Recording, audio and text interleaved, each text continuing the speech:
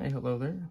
We are going to be unboxing a lot of vintage Star Wars figures, just loose, incomplete, that I just received from eBay. And I love receiving and purchasing lots initially, for sure, because it's you get a lot of figures typically for a lower price per figure, which is one thing I'm trying to be conscious of. Trying to keep my average price per figure below $10. Currently we're around $7.50, I think, and we're going to enjoy that while it lasts until we get into looking at better conditions or weapons or some of the rarer figures. But for right now, I'm enjoying just buying lots because it's a good way to get a lot of the figures that you need at a relatively cheap price. It's also fun just to have sort of that box full of memories come flooding back, and I forget who's in here. I have a pretty good idea about who's in here, but I don't think I could name them all if you made me. So it's somewhere around 20 figures, I think, if I remember right. So we are gonna open this up.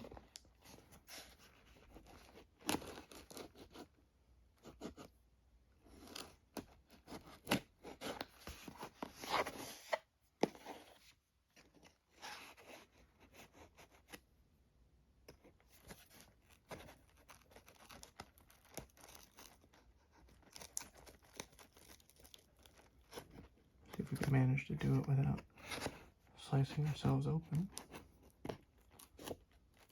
Maybe a lot to ask. What's going on there?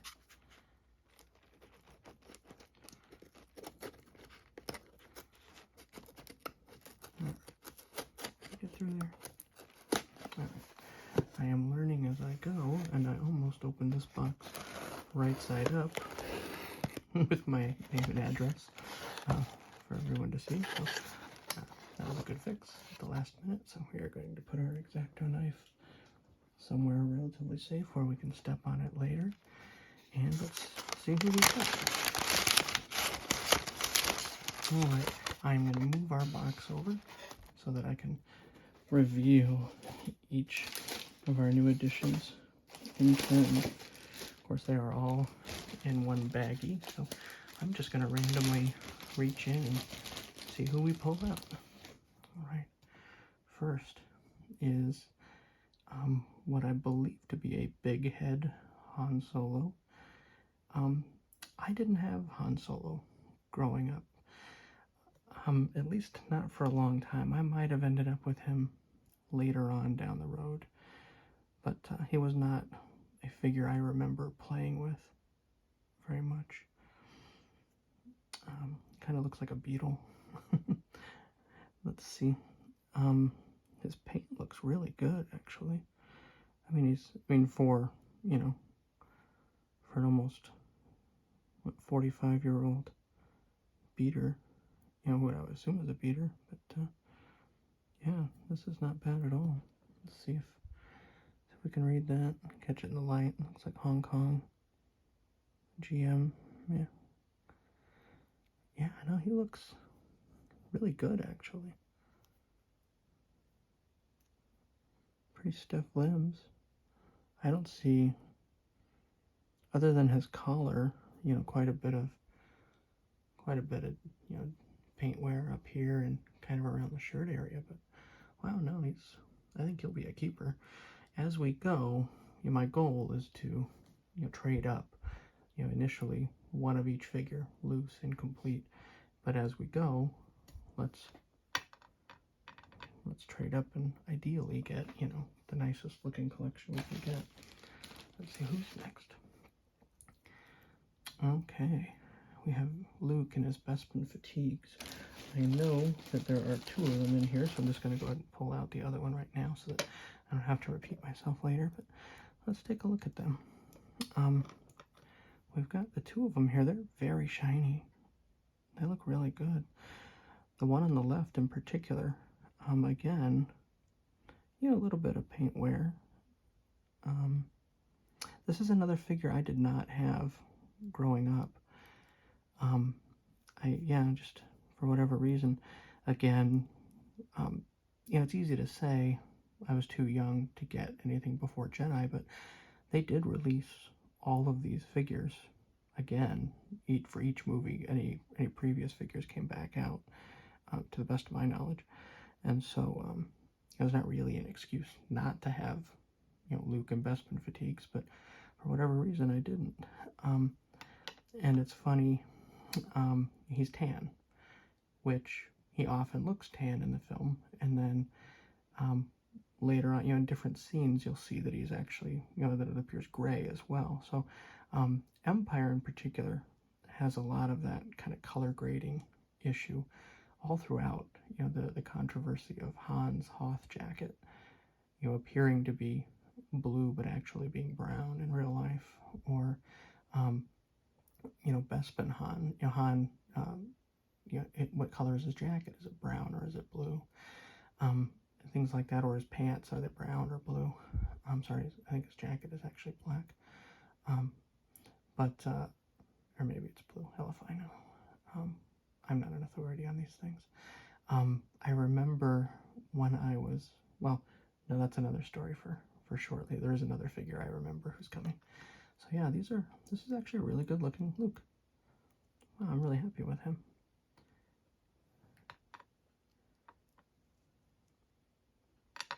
The other one will probably end up going somewhere. Sell him off, maybe. We have an X-Wing Luke. Luke in X-Wing pilot outfit. I gotta tell you, I don't think I had this one either growing up. This is really, this is a really lackluster journey down memory lane. Like, no, I don't remember this guy. No, I don't remember that guy. But, no, yeah, this is, I did not. I don't even remember. I didn't have, an X-Wing or anything growing up. I remember at preschool there was a really beat up snow speeder that we would play with. I never owned one until, I got into maybe my preteen years when I picked up a used one along with a B-Wing. I did have a beat up old Y-Wing though.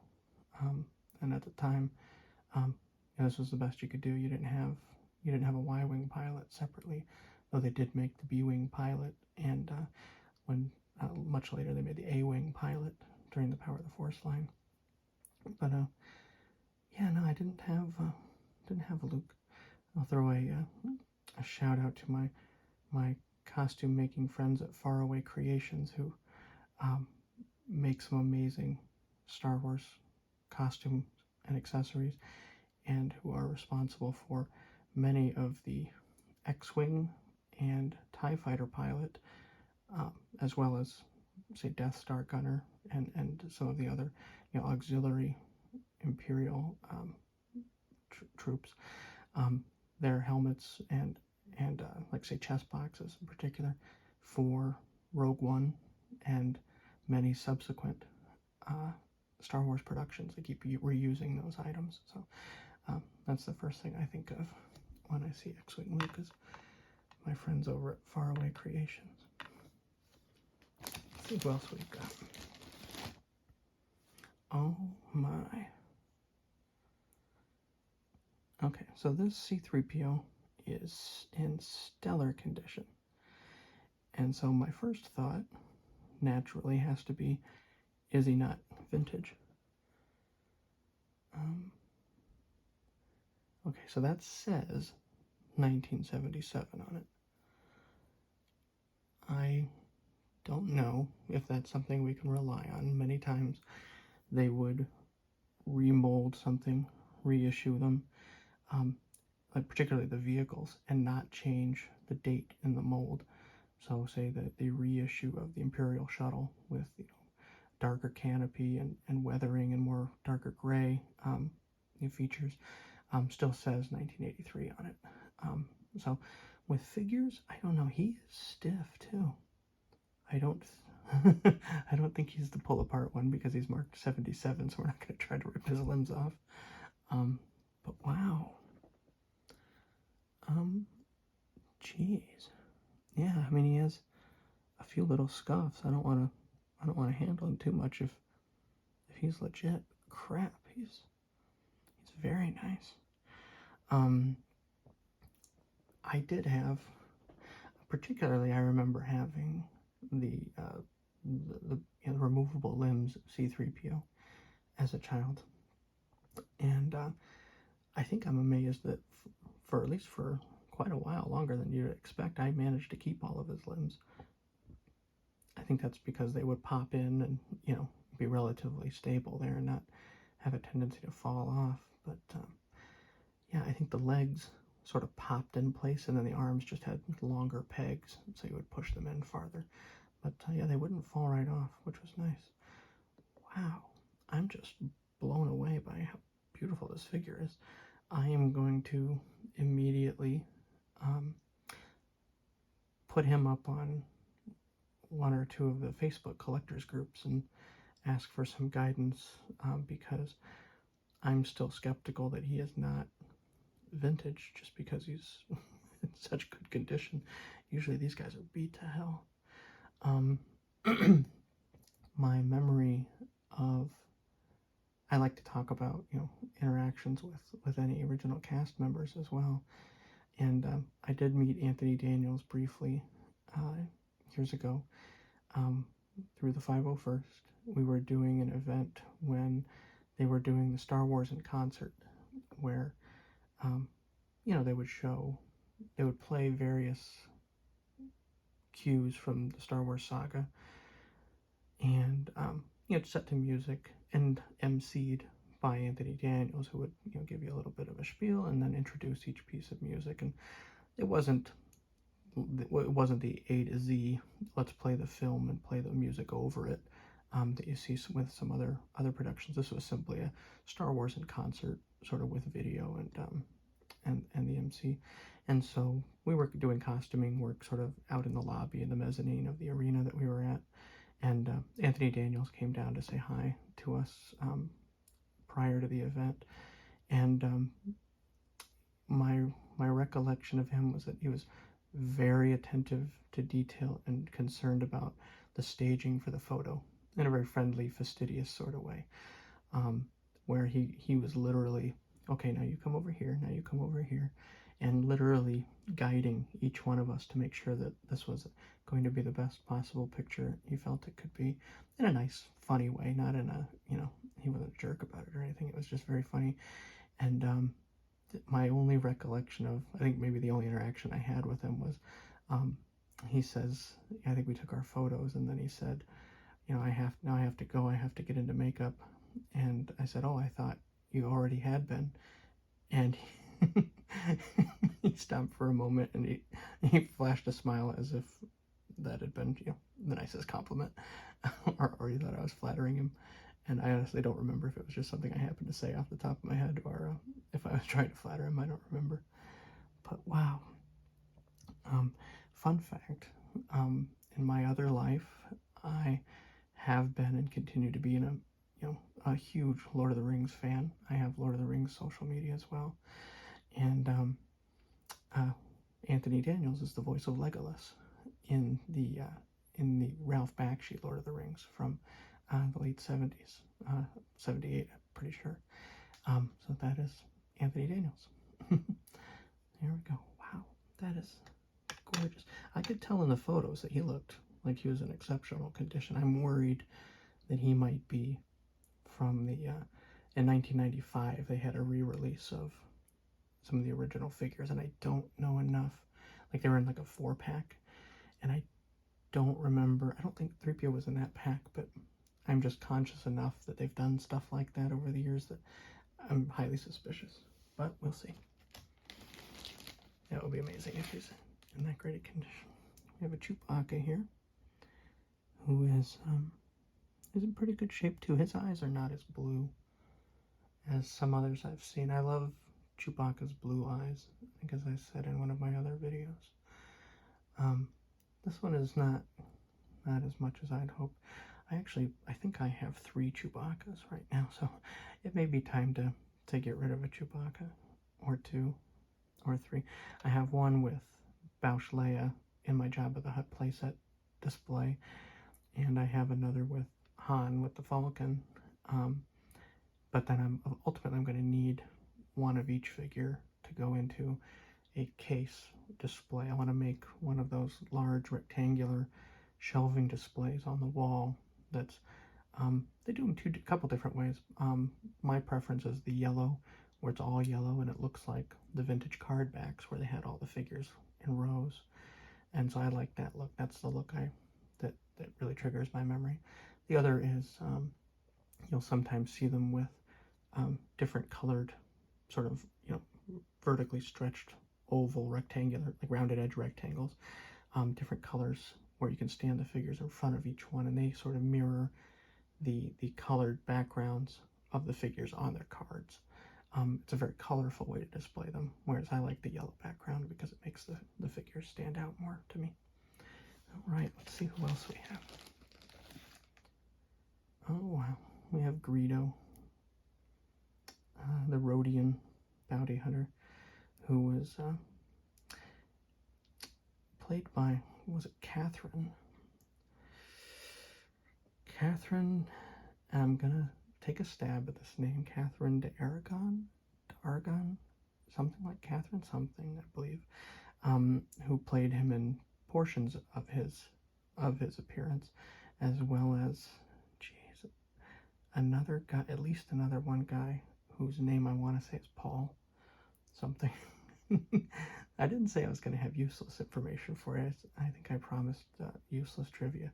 So Catherine somebody and Paul somebody who played Greedo, at the very least in his appearances at the Mos Eisley Cantina. There are pictures of Greedo head to toe, except no boots, wearing heels, talking to George Lucas because they had suited Catherine up. My recollection was that she actually worked for ILM and they were just using her briefly to do that. I may be mistaken, I don't remember, but he's actually in very good shape too. He has some scuffs on his hands there, but overall, he looks really good. Oh yeah. Some of these are in such great condition that my initial thought is, are they bootleg somehow? But they're very nice. I've never owned a Greedo, ever. Yeah. Yeah, he's very stiff. Very cool. Oh, let's not put him too close to Han over there. It's dangerous. Okay. All right. The next guy I see here, I have two of them in this lot as well. And this is Snaggletooth. Now, it's funny. I know a lot about Star Wars, and I've probably forgotten even more about it over the years. I have no idea what his species is. Couldn't even hazard a guess. And I'm really pretty good at that, normally. But, so the deal with Snaggletooth is, there are two versions. This is the common version. This is Snaggletooth as he appears in the cantina. You can see him reaching up to get a drink at the cantina. Well, there's a Ranat that's reaching up to get a drink as well, or Jawa. There's a lot of shorter aliens in the cantina, but Kenner originally had essentially this to go on when they were creating the figures, and so they created Snaggletooth, human height, with regular boots and a blue jumpsuit. They came out, and then they were made aware, or however the communication process worked, that no, this is what Snaggletooth is supposed to look like. So he was made in this quickly after, and so the blue Snaggletooth, the full height blue Snaggletooth with a silver boot, is exceptionally rare, hundreds of dollars, and this Snaggletooth is very common. This one though is in great shape. Again, like his toes look good. He doesn't have really any paint wear. I mean, little bits here and there, but like nothing really to get too excited about. I'm really happy with this lot because I feel like, you know, Han, Luke, 3PO, Greedo, Snaggletooth, all of them, you know, promise to be, you know, something that'll stay in the collection and not be somebody I'd want to trade up later. Wow. All right, see what else we've got. We have a Bespin security guard. Okay, so he's got a little bit of wear there in the center, and we have just a little bit on his hands as well. But a lot of times these figures with hats will get brim wear. Particularly, we see it also on the Imperial Commander, the black uniformed Imperial officer. But no, this guy looks great too. Yeah, that's great. There are two Bespin security guards. There's a white security guard and a black security guard. And yeah, I think he might be a keeper. He looks great. You know, with the exception of that little bit of wear, and that I'm not somebody who is bothered by that.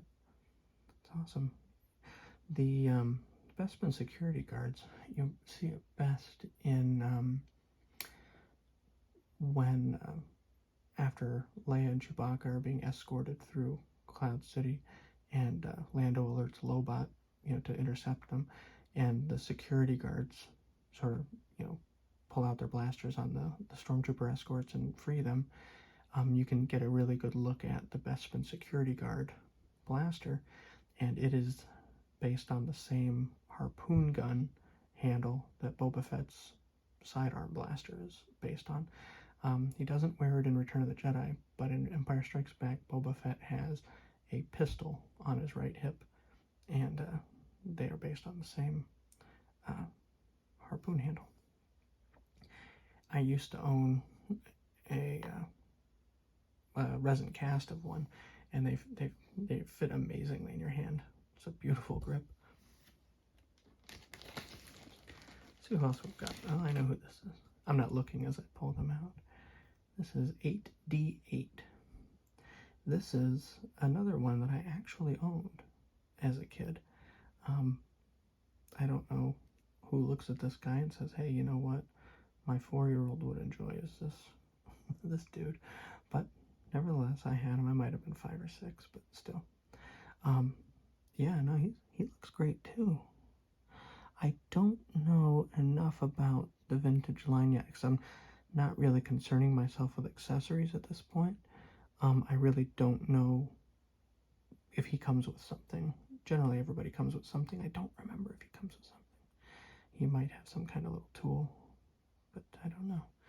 Of course, we see him in Jabba's palace, and he is, you know, torturing a gonk droid who's being turned upside down and having his feet held to some burners. But yeah, I don't remember really playing with him very much, and I can't say that I have any trivia regarding him either. But I think he's in great shape. The paint looks really good. All of the little silver details and stuff are still well highlighted. Nice.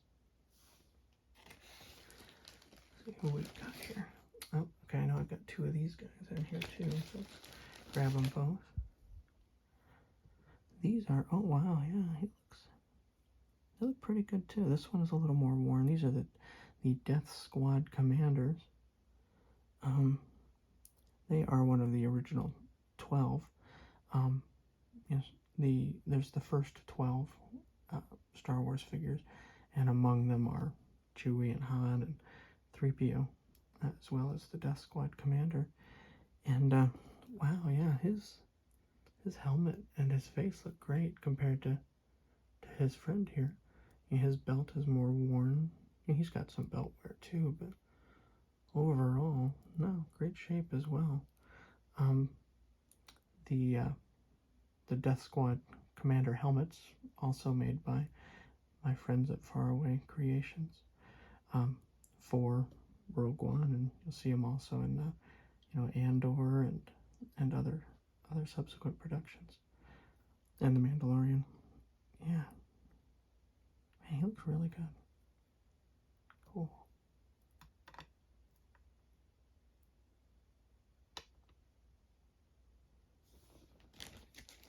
see who else we've got here.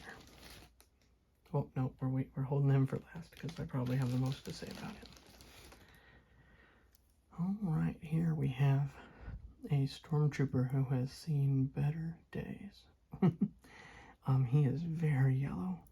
So we're gonna try a restorative technique where you essentially bleach him with I forget what the product is. I think it's a hair care product. It's essentially like a bleaching product to see if we can restore his former glory. If not, he will definitely be somebody we get rid of down the line. He's quite played with. His legs are pretty loose. I was always, I loved stormtroopers. My very first memories of Star Wars, as I've said before, were Luke and Han in their stormtrooper outfits, and from that early age, I wanted stormtrooper armor, and I was convinced that if I could maybe save up $20, which in let's say 1986 to to a 7-year-old was a considerable amount of money. I thought maybe if I could save up $20 and just send it to George Lucas with a really heartfelt letter about how much I loved stormtroopers, he would see his way to sending me what would have had to have been one of the screen used suits at that point. I thought, yeah, maybe that would touch his heart in such a way that he would send me a priceless oversized suit that couldn't possibly do me any good. And I had fantasies about getting it in secret and wearing it to my friend's house and knocking on the door and surprising him. Never once thinking about how ridiculous that would look on my tiny frame. And I think, as again I said, my first order of business when I got my first job right out of high school was to get stormtrooper armor, and I did about 22 years ago. I wore my first Armor Effects stormtrooper costume, and later on I was able to get what at the time was a Gerardo Fulano suit that was cast off of and A New Hope helmet and a Return of the Jedi suit, and reworked a little bit in the molds. And then yeah, it's great stuff. And I've done stormtroopers and sand troopers over the years. We'll have a different video maybe where I share my recollections and experiences with various costumes and stuff like that. Let's see what else we have in here. Here we go. Oh wow, another one of the original 12. This is my first sand person. I never owned one as a child. And he looks really good too. He's got, there's some paint, there's some weird paint bleeding up his hand there, up his wrist. There is a variant where they have hollow tubes on their cheeks. This one does not. This one has full tubes, or enclosed tubes. And he has a cape. Now with vintage Star Wars, your first concern is always, is this cape real? And I did not read up on the tells for a sand person cape yet. But I recently got Vader and Obi-Wan, and I know that their tell is a zipper tell, that if you run your fingernail across the cape, you'll get a zipper sound, sort of a zzz, because there are striated lines and the way that the vinyl is produced. We're going to try that.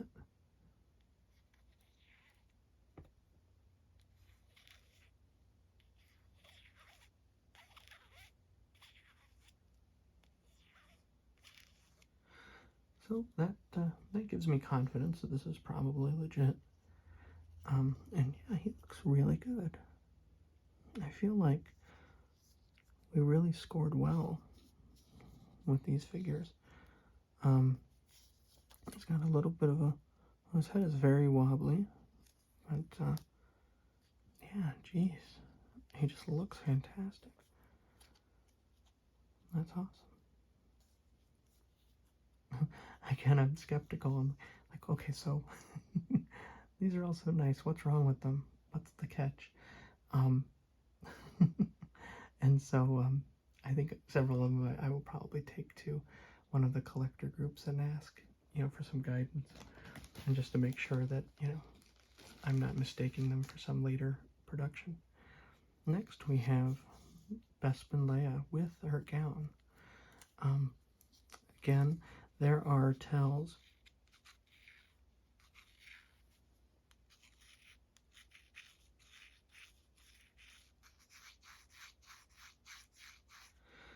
I can feel the striations.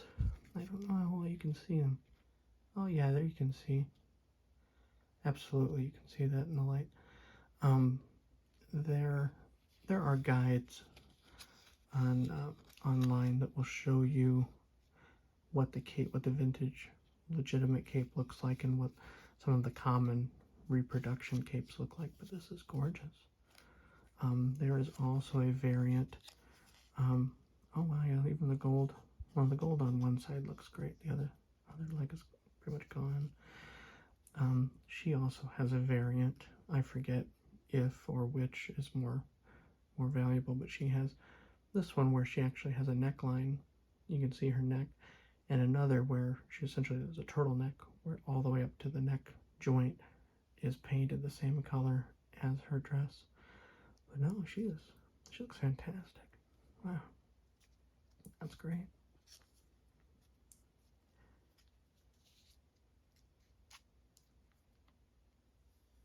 All right, here is one that I was very excited to find, because he looks great in the pictures, again, which gives me pause and a little concern for, his legitimacy, but also because he has a very valuable variant, and in the photo, it was not something I could see definitive. I couldn't see it either way where the variant is, and so, you take a chance. I wasn't buying the lot for him, for any particular reason. The lot was a great price as it is. It was just something that was exciting, and, well, we'll see. We'll see if we got lucky, and maybe he happens to be the variant. Highly unlikely, but, this will be my first look at it, so we'll see. It is R5D4, and there is a variant where it is not this one, where this little rectangle, this white rectangle alongside this long red one, that white rectangle is red. And if you have a red bar, R5D4, he also can be worth hundreds of dollars. But his sticker is amazing. It does have wear. It has, little worn edges and things like that. I can see dings and dents. So I don't have any concern about him not being legitimate. There's also some kind of variations with the screw inside. This is a round head screw, which I think is the more common or the desirable. But yeah, look at that. The problems with R5 and R2 were that, the bulk of their details are decals, and they wear down, they come off, you get them wet and you're screwed. And so having him, he came out with, he was released with A New Hope, but he might have come out with Jedi. But still, at the very least, being 40 years old, having that sticker not messed up is amazing. And then we always like to check the chrome underneath there. Looks great. And then we want to twist the head and see if it clicks.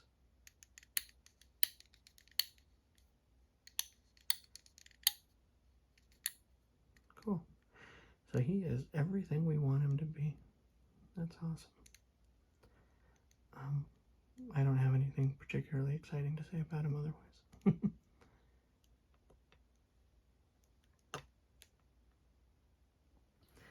And then last and not least, probably the figure I was looking forward to most in this lot is Mr. Boba Fett, who was definitely played with. He is beat up and just dirty. Maybe he'd benefit from a gentle wash. I can't tell, but he is. Even, yeah, he's just very dirty and worn. But that is great. I needed someone to go with my Slave One.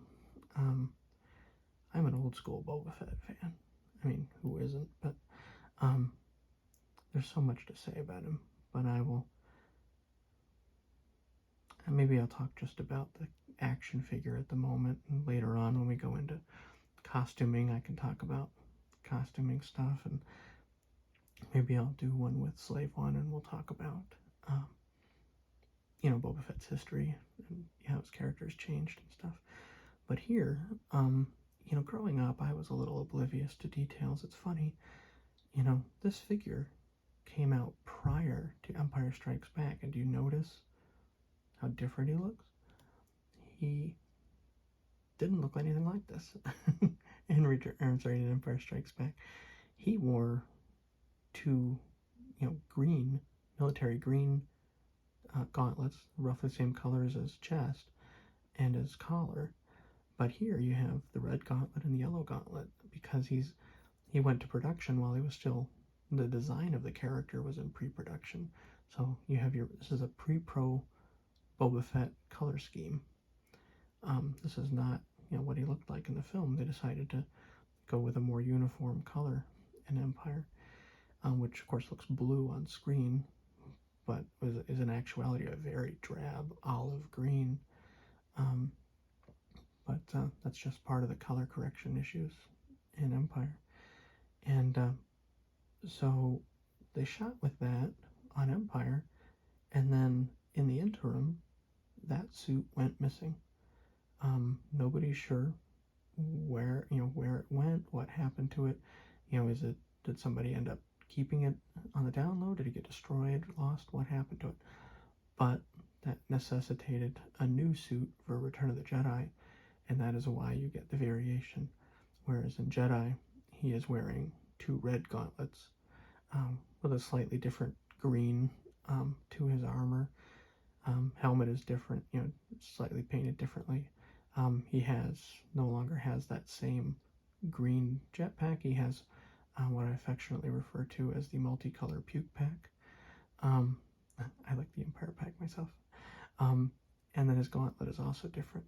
In Empire Strikes Back, he has a series of cylinders on the side of his gauntlet as his flamethrower, whereas in Return of the Jedi, he simply has a long rectangular tube with the flamethrower unit inside. There's all sorts of other minor differences. His cape in Empire is tan, two different shades of brown, like beige and tan, or beige and brown, whereas in Jedi it's all kind of the same tent green kind of color. Little things like that. But yeah, Boba Fett. I was able to meet Jeremy Bulloch maybe a handful of times, and always so nice, and his wife. Probably my favorite memory was Las Vegas.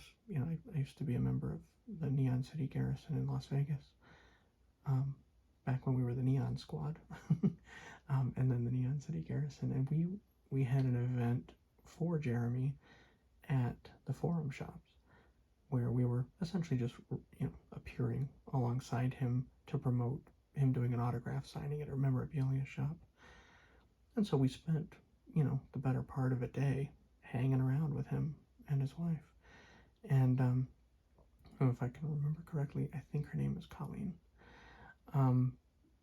And he's not signing autographs nonstop, and so we had a lot of downtime to just chat. And afterwards, we all went to dinner and got to hang out a little bit. That was a very nice memory. And he was just always so classy. And then years later, he was gifted a suit, an Empire Strikes Back suit, from the members of the Dented Helmet, the Boba Fett costuming community. And he wore it proudly, and then became a member, not just an honorary member, but a legit member of the 501st, and made at least one or two appearances in it, which is amazing. You can find video of that on YouTube, and just amazing stuff.